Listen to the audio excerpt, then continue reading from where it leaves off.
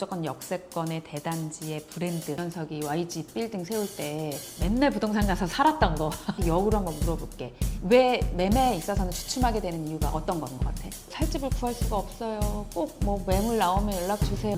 그렇지 않고요. 부동산이랑 무조건 친해지셔야 돼요. 누구나 원하는 좋은 똘똘한 한 채를 마련할 수 있는 방법이 아닐까. 오늘은 그 씨가 말라버린 요즘 전월세에 대해서 좀 얘기를 해보려고 하는데 최근에 전화들은 되게 많이 와요.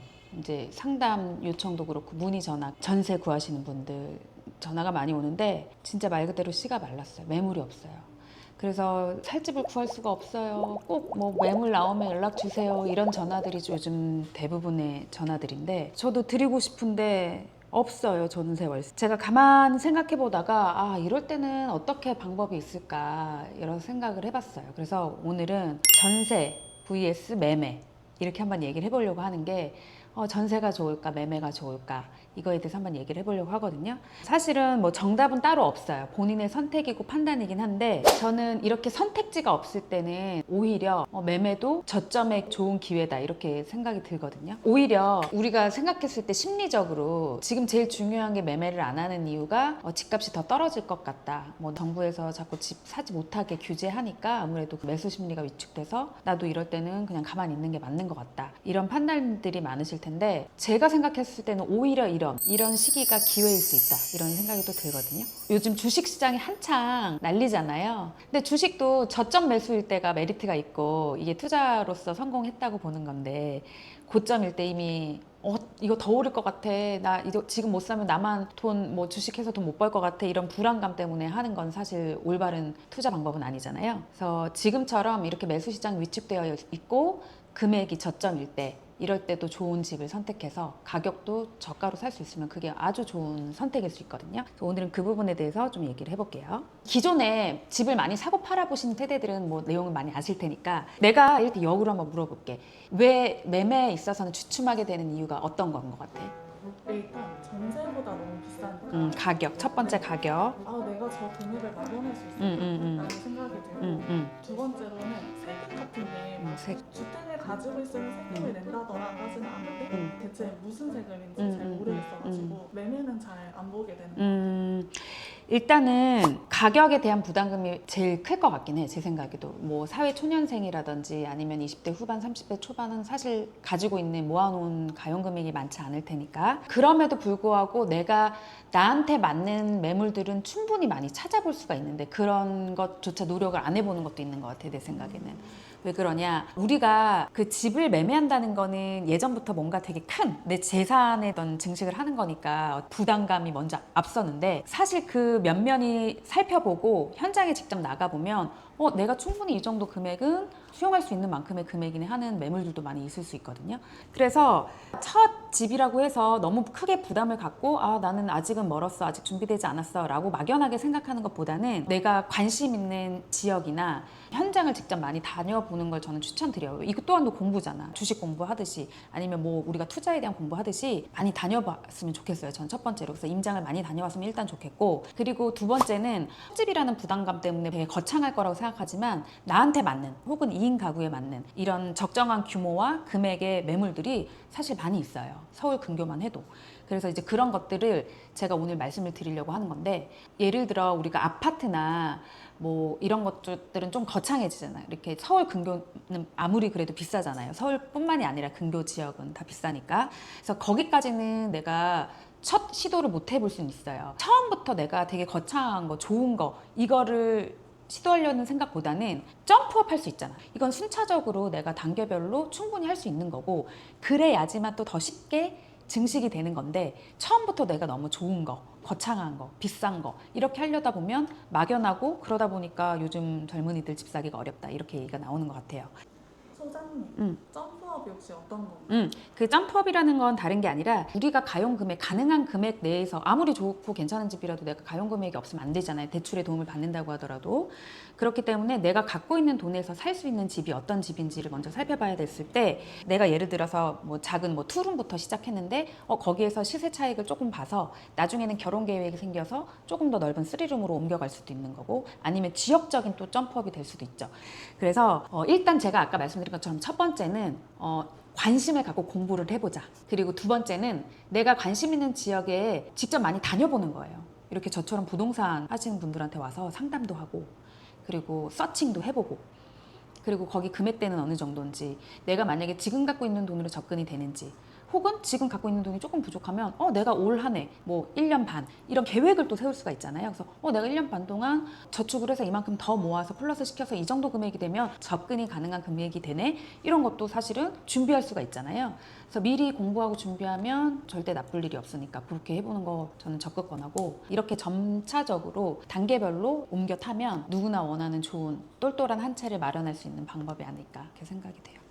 그리고 아시죠? 옛날에 양현석이 YG 빌딩 세울 때 맨날 부동산 가서 살았던 거 가서 부동산 사장님이랑 밥 먹고 맨날 별일 없어도 가서 뭐 물어보고 이랬다고 했잖아요. 그래서 그 거대한 YG 건물 올릴 수 있었듯이 부동산이랑 무조건 친해지셔야 돼요.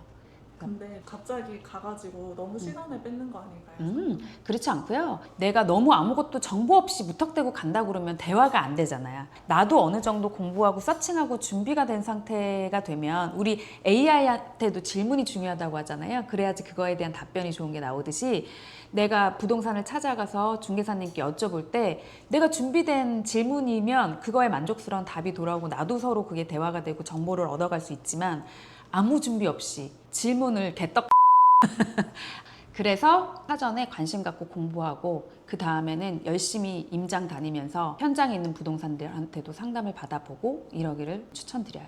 사실 지금 뭐 전세 매물이 없어서 매매도 생각해 본다 이런 분들이 조금 계시거든요. 근데 저는 그런 분들은 나름대로 생각을 많이 하고 현명한 판단일 수 있다 이렇게 말씀드리고 싶고요. 그게 왜 그런가 하면, 일단 내가 부동산 투자라는 개념은 사실 어떤 걸로 봐야 되냐면, 내가 예를 들어 전세를 해도 매매를 해도 대출이 들어가야지 집을 얻을 수가 있어요. 근데 전세 같은 경우는 내가 다달이 내는 전세자금 대출이 그냥 비용 지출로 나간다고 생각하셔야 되잖아요. 당연히 지출이죠. 그런데 이제 매매를 하셨을 경우에는, 매매가 내 집, 소유의 집이기 때문에 다달이 지출은 당연히 똑같이 나가는 지출이 맞지만, 내가 이 집으로 인해서 시세 차익을 볼 수 있다. 내지는 여기 주변 지역에 호재가 생겨서 나중에는 여기가 뭐 재개발이 된다더라. 이런 이익을 얻을 수 있는 것들. 근데 이거는 내 소유이기 때문에 파생되는 이익들은 다 내가 소유할 수 있잖아요.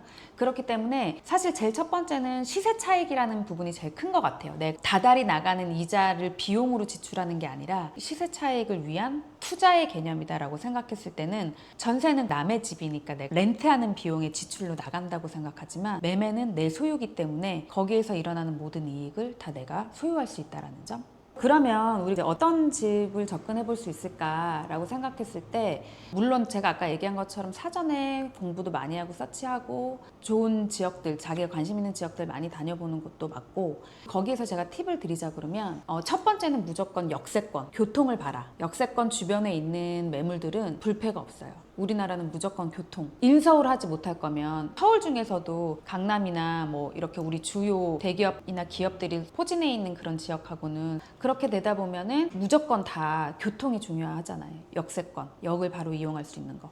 첫 번째 기준으로는 저는 무조건 역세권 있는 데를 봐라. 두 번째는 사실은 사회초년생이나 신혼부부들이 아파트를 많이 접근할 수가 없어요. 처음 집으로는. 왜냐면 가격대가 다 있기 때문에. 더군다나 역세권 아파트는 가격대가 있잖아요. 그래서 이제 제가 말씀드리고 싶었던 거는, 물론 빌라가 제일 유력하겠지만 그 외에도 우리 지금 여기 삼송 지역처럼 역세권 주변에 주거용 오피스텔들이 많이 지금 포진돼 있어요. 우리 생각보다 굉장히 가격 저렴하게 지금 매수할 수 있는 기회가 많거든요. 근데 여기는 아파트랑 동일한 컨디션, 그리고 깔끔하고 안전하고 나중에 가격의 오름폭도 있는 그런 매물이기 때문에, 역세권 주변에 있는 주거용 오피스텔도 저는 너무 추천드려요. 그래서 무조건 이제 아까 첫 번째 말했다 그러면 역세권의 이제 연장인데, 그러면서도 이제 포진해 있는 주거용 오피스텔을 보실 때 대단지를 봐라. 단지 수도 되게 중요하거든요. 대단지가 왜 중요한가 하면, 나홀로 아파트 이런 것들은 가격이 아무리 역세권이라도 오르지 않아요. 왜냐,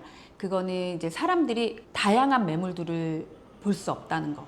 그것도 있고, 관리비 같은 차원. 관리비도 세대분의 n분의 1로 하잖아요. 그래서 이제 그런 것도 조금 저렴하게 되는 것도 있고, 그리고 관리. 무엇보다도 관리, 그리고 조경도라든지 단지의 커뮤니티라든지 이런 모든 시설이 당연히 대단지가 더 좋을 수밖에 없는 거거든요. 그리고 관리 차원에서도 관리단이 확실하게 모든 걸 관리를 해주는 부분들도 내 건물을 더 잘 관리해주는 거니까 그런 여러 가지 분면에서 대단지가 좋아요. 자, 대단지 위주로 보시고, 세 번째는 주변 이제 시설, 인프라, 편의시설. 여기 삼송에는 스타필드, 뭐 하나로마트, 롯데몰, 뭐 이케아 이런 주변의 인프라들이 많이 포진되어 있는 도시, 가장 중점적으로 보실 부분이라고 생각이 되고, 거기에 추가돼서 볼 수 있다 그러면 브랜드 있는 거면 기왕이면 더 좋겠죠. 그러니까 우리나라는 무조건 역세권의 대단지의 브랜드 이런 게 다 인기가 있기 때문에 그런 위주로 보시면 되실 것 같아요. 지역적인 게 진짜 특히 중요해요. 매물은 많이 놓여져 있는 상황인데 지역 분위기를 많이 보셔야 돼요. 입지가 너무 좋고 피부층들을 당연히 볼 수밖에 없거든요. 호재가 있는 지역, 지금 당장이 아니더라도 내가 선택의 기회가 더 많고 가격 조정도 더 많이 할 수 있다. 재개발이라든지 전세 매물이 없다 보니까 내가 살 집이 있어야겠어.